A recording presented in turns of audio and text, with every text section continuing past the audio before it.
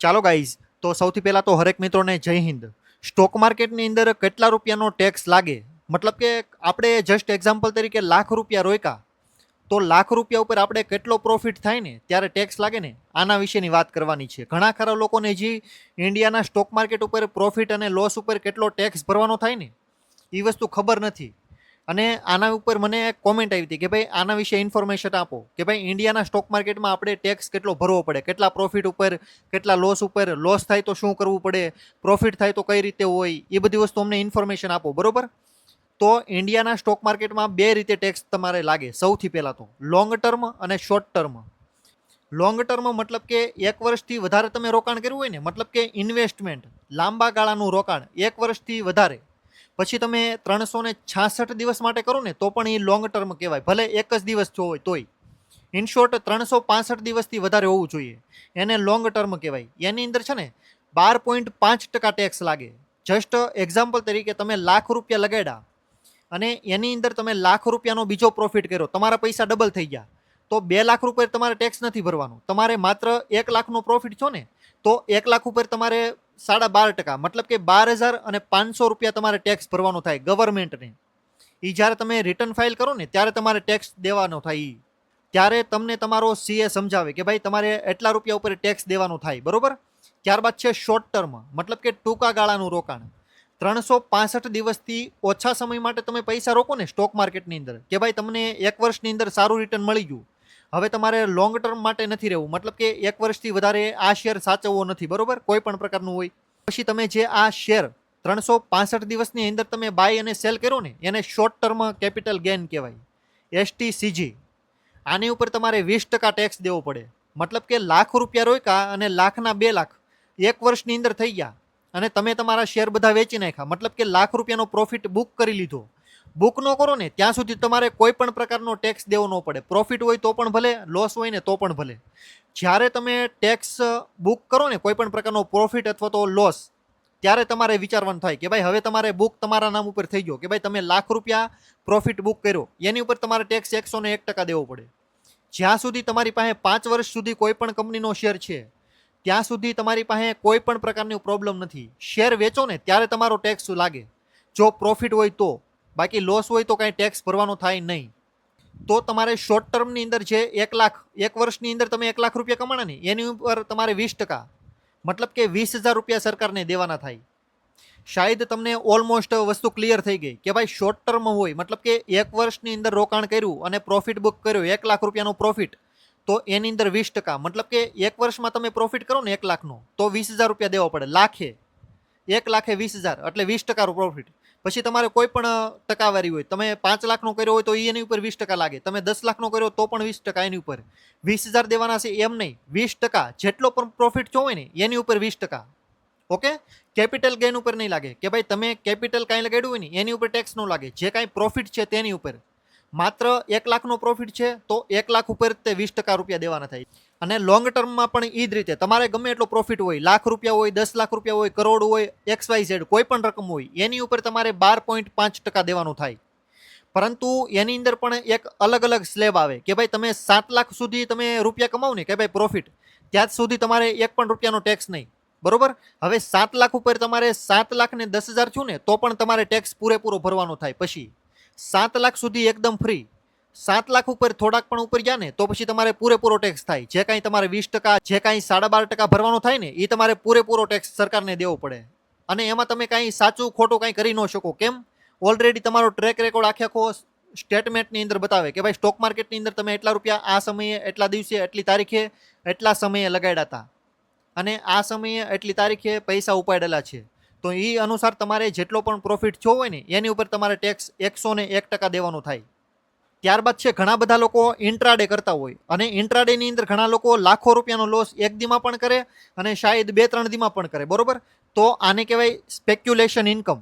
હવે તમે એક દિવસની અંદર તમે લાખ રૂપિયા કમાઈ ગયા, બરોબર, ઇન્ટ્રાડેમાંથી તમે સારા એવા રૂપિયા લગાડ્યા, તો સારા એવા રૂપિયા લગાડ્યા ને એની ઉપર ટેક્સ નહીં લાગે. સારા રૂપિયા લગાડ્યા બાદ જે પ્રોફિટ કમાણા ને એક દિવસની અંદર, એની અંદર જે તમે સારી એવી રકમ, સારી એવી પ્રોફિટ કમાણા ને એની ઉપર તમારે 20% દેવા પડે.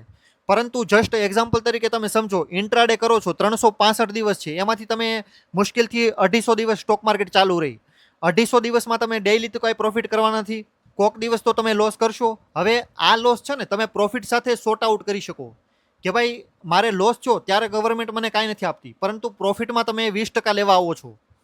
તો જે મારે 1 લાખ રૂપિયાનો લોસ ગયો હતો ને, હવે એ લાખ રૂપિયા મારા અહીંયા પ્રોફિટ થયા છે, તો આ લાખ રૂપિયા છે ને પ્રોફિટ, એની ઉપર તમારે 20% નહીં દેવા પડે. કેમ? તમે કહી શકો કે ભાઈ મારે ગઈકાલે લોસ થયો તો એ આ પ્રોફિટ છે ને એ લોસ સાથે સરભર થઈ જશે. સમજાણું? તો આ રીતે ટેક્સેશન ચાલે. કોઈ પણ ખાલી તમે પ્રોફિટ કરો તો ટેક્સ આપવો પડે એવું નથી ભાઈ. અને ઇન્ટ્રાડેની અંદર પણ એક વસ્તુ ખાસ છે કે ભાઈ તમારે 4 વર્ષની અંદર સ્પેક્યુલેશન ઇન્કમ, મતલબ કે આ જે તમે ઇન્ટ્રાડે કરો છો ને એક દિવસમાં પૈસા કમાવાની કોશિશ, આ જ રીતે તમારે પૈસા કમાવાના. તમે લોંગ ટર્મમાં પ્રોફિટ કરો અને પછી તમે ઇન્ટ્રાડે વાળો લોસ બતાવો તો એ વસ્તુ ન ચાલે. તમે ઇન્ટ્રાડેમાં લોસ કર્યો છે ને તો ઇન્ટ્રાડેમાં પ્રોફિટ કમાવો અને એની સાથે સરભર કરો. આ રીતે ટેક્સેશન ચાલે. તો પછી ઘણા બધા લોકોને હજી એક પ્રકારનો પ્રોબ્લેમ હોય કે ભાઈ સ્ટોક માર્કેટની અંદર આપણે કાંઈ પણ કમાણી કરીએ, 10,000 રૂપિયા કમાઈએ તો પણ આપણે ટેક્સ દેવો પડે. તો પછી આ વસ્તુ છે ને બિલકુલ ખોટી છે. તમારે ટેક્સ તો દેવાનો છે, પરંતુ સરકાર જે ગાઈડલાઇન્સ આપી હોય ને એની અનુસાર દેવાનું થાય કે ભાઈ 1 વર્ષની અંદર એટલો ટેક્સ લાગે 20%, તો 20% તમારે દેવો પડે. પ્રોફિટ થાય તો, લોસ થાય તો કાંઈ નહીં, બરોબર. ત્યારબાદ છે લોંગ ટર્મ. લોંગ ટર્મમાં તમારે 12.5% દેવો પડે. 1 વર્ષથી વધારે રોકાણ કર્યું, પ્રોફિટ છો તો 12.5% દેવો પડશે, બરોબર.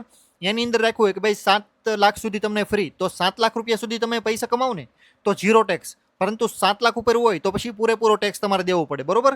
જે કાંઈ 7 લાખ રૂપિયા ઉપર તમે જે કાંઈ ઇન્કમ કરી, 7 લાખ રૂપિયાનો પ્રોફિટ કર્યો ત્યાં સુધી ફ્રી, પરંતુ 8 લાખ થયા તો 8 લાખ ઉપર પૂરેપૂરા 12% લાગશે, 12.5%. તો પછી ઘણા બધા લોકોને એક પ્રકારનો પ્રોબ્લેમ હોય કે ભાઈ હું ખાલી 10,000 લાખ રૂપિયાનો પ્રોફિટ કરીશ તો મારી ઉપર ટેક્સ લાગી જાય. તો એવું કાંઈ નથી ભાઈ. સરકાર એક પ્રકારે પ્રોપરલી ગાઈડલાઇન્સ આપેલી હોય કે ભાઈ આ રીતે ટેક્સેશન લાગશે. તમે શોર્ટ ટર્મમાં કરો તો 20% લાગે, લોંગ ટર્મમાં કરો તો 12.5%. શોર્ટ ટર્મની અંદર તમે પ્રોફિટ કરો, બરોબર, તો એની ઉપર 20% છે, પરંતુ લોસ કરો તો શું? તો શોર્ટ ટર્મની અંદર જો 4 વર્ષ સુધીમાં તમે પાછો કાંઈ પ્રોફિટ કરો ને તો એની સાથે તમે સોર્ટ આઉટ કરી શકો કે ભાઈ મારે અહીંયા લોસ છો તો અહીંયા પ્રોફિટ છો, તો આનો ટેક્સ હું હવે ભરવાને લાયક નથી, બરોબર. સરકાર આ રીતે તમને રિલીફ આપે કે ભાઈ લાખ રૂપિયાનો ત્યારે તમારે લોસ છો તો અહીંયાથી તમારે 4 લાખ રૂપિયાનો પ્રોફિટ હોય ને તો હવે માત્ર 3 લાખ ઉપર જ તમારે ટેક્સ ભરવાનો થાય શોર્ટ ટર્મમાં, પરંતુ માત્ર 4 વર્ષ માટે. 5મા વર્ષે તમારે પ્રોફિટ છો અને 4 વર્ષથી વધારે સમય વહી ગયો લોસનો, તો પછી 5મા વર્ષે તમારે પૂરેપૂરો પ્રોફિટ ઉપર ટેક્સ ભરવો પડે 20%. તમે એમ ન કહી શકો કે ભાઈ 5 વર્ષ પહેલાં મારે 2 લાખ રૂપિયાનો લોસ જોતો તો શોર્ટ ટર્મમાં અહીંયા મારે પ્રોફિટ છે તો મને માફ કરી દો. કેમ કે સરકારે માત્ર 4 વર્ષ માટે માફી આપી હોય કે ભાઈ 4 વર્ષમાં તમે કેરી ફોરવર્ડ કરી શકો લોસને, અને 5 વર્ષ થાય તો પછી તમારે ભાઈ ફ્રેશ એન્ટ્રી બોલે, અને ફ્રેશ એન્ટ્રીમાં તમારે પૂરેપૂરા 20% લાગી જાય. ત્યારબાદ છે લોંગ ટર્મ. લોંગ ટર્મની અંદર તમે જસ્ટ એક્ઝામ્પલ તરીકે લાખ રૂપિયાનો લોસ કર્યો, 1 વર્ષથી વધારે રોકાણ કર્યું, લાખ રૂપિયાનો લોસ, બરોબર છે. હવે એ લાખ રૂપિયાનો તમારે પ્રોફિટ 2 વર્ષ પછી થાય છે અથવા તો 7 વર્ષ પછી, તો પણ તમે એ લોસને અહીંયા બતાવી શકો કે ભાઈ મારે 2 લાખ રૂપિયાનો પ્રોફિટ થયો 7 વર્ષ પછી, તો હવે મારે તમને માત્ર 1 લાખ ઉપર જ ટેક્સ દેવાનો. કેમ? આજથી 7 વર્ષ પહેલાં મારે લોંગ ટર્મમાં 1 લાખ રૂપિયાનો લોસ જોતો, તો અહીંયા 2 લાખ છે ને એમાંથી 1 લાખ વયા જાય કયા લોસવાળા, અને 1 લાખ ઉપર તમારે જે કાંઈ ટેક્સ દેવાનું થાય ને એ 12.5% તમારે દેવાનું થાય. પરંતુ લોંગ ટર્મ અને શોર્ટ ટર્મમાં વર્ષ અલગ અલગ છે. શોર્ટ ટર્મમાં માત્ર 4 થી 5 વર્ષ જેવું છે અને લોંગ ટર્મમાં 7 થી 8 વર્ષ જેવું, જેની અંદર તમે તમારો લોસ કેરી ફોરવર્ડ કરી શકો કે ભાઈ મારે એ સમયે લોસ છો તો અહીંયા મને એટલા રૂપિયાનું રિલીફ આપો કે ભાઈ હું આની ઉપર ટેક્સ નહીં ભરું. આ રીતે બંનેમાં એ રીતે હોય, સમય ખાલી અલગ અલગ. એકમાં 4 વર્ષ શોર્ટ ટર્મની અંદર કમાણા હોય, લોસ થયો હોય ને તો, અને અહીંયા લોંગ ટર્મમાં 8 વર્ષ. ઓકે, તો આજના વિડીયોમાં બસ આટલું જ. માત્ર ટેક્સેશન ઉપર માહિતી આપવાની હતી, એના માટે જ સ્પેશિયલી કોમેન્ટ કરેલી હતી કે ભાઈ ટેક્સેશન અમને સમજાવો કઈ રીતે ટેક્સ લાગે. ઓકે, તો thank you so much for watching this videos. અને જો તમને ઇન્ફોર્મેશન વાકઈમાં સમજાણી હોય ને તો લોકોને શેર પણ કરી દેજો અને લાઇક પણ કરજો, અને નીચે હાઇપનું બટન હોય ને એને પણ ટિક કરી દેજો, જેથી કરીને એલ્ગોરિધમને ખબર પડે કે ભાઈ વેલ્યુ એડિશન માટેનો વિડીયો છે અને બીજા લોકોને પણ એલ્ગોરિધમ શેર કરે. ઓકે, તો લાઇક અને હાઇપ બંને વસ્તુ આપી દેજો. Thank you so much for watching this videos. અને સ્ટોક માર્કેટ વિશે ઇન્ફોર્મેશન લેવી હોય તો લગાતાર વિડીયો જોતા રહ્યો. હું તમને એકદમ શુદ્ધ ગુજરાતી ભાષામાં ઇન્ફોર્મેશન આપું છું, કેમ કે મોસ્ટ ઓફલી લોકો તમને આજે ઇન્ટરનેટ હોય અથવા તો સોશિયલ મીડિયાની અંદર અથવા તો ફાઇનાન્સનું બેકગ્રાઉન્ડ મોસ્ટ ઓફલી તમને હિન્દી અથવા તો ઇંગ્લિશમાં ઇન્ફોર્મેશન આપે, અને શાયદ ઘણા ખરા લોકોને ઇંગ્લિશ અને હિન્દી આ બંને વસ્તુમાં અનકમ્ફર્ટેબલ હોય, સમજાય નહીં પૂરી રીતે. અને સ્ટોક માર્કેટની અંદર હોય તો પણ ભલે, અને ફાઇનાન્સમાં હોય ને તો પણ ભલે, તમે માત્ર એક વાક્ય સમજવામાં મિસ્ટેક કરો ને, તમે માત્ર એક વાક્ય સમજવામાં મિસ્ટેક કરો ને તો તમારે નુકસાન પૂરેપૂરું જ છે ભાઈ. એટલા માટે જો તમારે ગુજરાતીમાં માહિતી લેવી હોય, સંપૂર્ણ રીતે સમજવું હોય, અને ન સમજાય તો પાછું કોમેન્ટ કરો, તો બીજી વાર પાછું હું કોશિશ કરીશ કે ભાઈ સમજાવું હરખી રીતે, વધારે ઊંડાણપૂર્વક, વધારે એક્ઝામ્પલ આપીને એકદમ ગુજરાતી ભાષામાં સમજાવું. તો એટલીસ્ટ ચેનલને પણ સબસ્ક્રાઈબ કરી લો અને લોકોને પણ શેર કરજો, અને કોમેન્ટ પણ કરજો જે કાંઈ પ્રશ્ન હોય તમારો, જે કાંઈ કહેવા માગતા હોય. ઓકે, તો જય હિન્દ.